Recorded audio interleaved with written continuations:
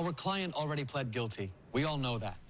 So I suggest we have Kareem say just these 3 simple words to the judge.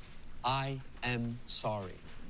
Any excuse or denial will only serve to hurt him, whereas remorse will show that he has learned his lesson and is ready to return to society as a fully rehabilitated citizen. Well done, Mr. Drake. That's his big idea, an apology. It was a ween ball. Mr. Millstone?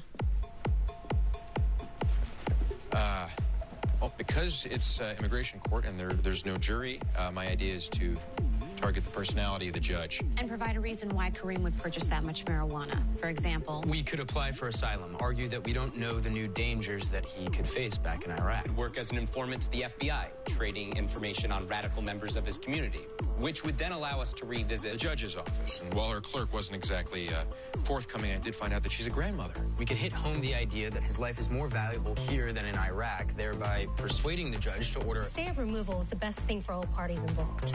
This will allow us time to delay and prove. Smoking marijuana helps with symptoms of PTSD, so even though Kareem's test came back negative, we could argue... an expungement or... appeal to the judge's maternal instincts. And while this wouldn't be helpful in most cases, with immigration court, the decisions are often left to the judge's discretion. Professor Keating? Excuse me, I'm in the middle. The pot wasn't Kareem's. It was his daughter's. He didn't know she was dealing until the cop found the drugs. So then he said they were his in order to protect her. What do you suggest we do with that information? We could go to the original prosecutor and explain that he was just being a good father. So they deport his daughter instead? No, she hasn't been in Iraq since she was 6. Do you think our immigration courts really care? You're out, Miss Castillo. What? Mr. Gibbons, your last stop. I didn't finish. You're out, too. Impress me. Research shows hearing from family and friends is the most effective tactic to evade deportation. Knowing this, I talked to about a dozen of Kareem's friends, neighbors, even his imam at the mosque, and they all agreed to testify as character witnesses. Finally, a practical strategy we can use in court. Mr. Gibbons, your first chair.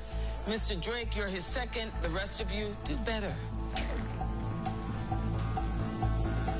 Professor Keating? I didn't pick you because your mom was an immigrant. I know. I just wanted to talk to you about my opening statement. I have a draft here. You wrote an opening for a case you hadn't been assigned to yet? I had a good feeling.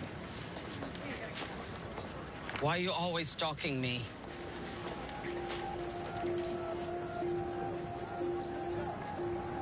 Well, this it shows a good photo.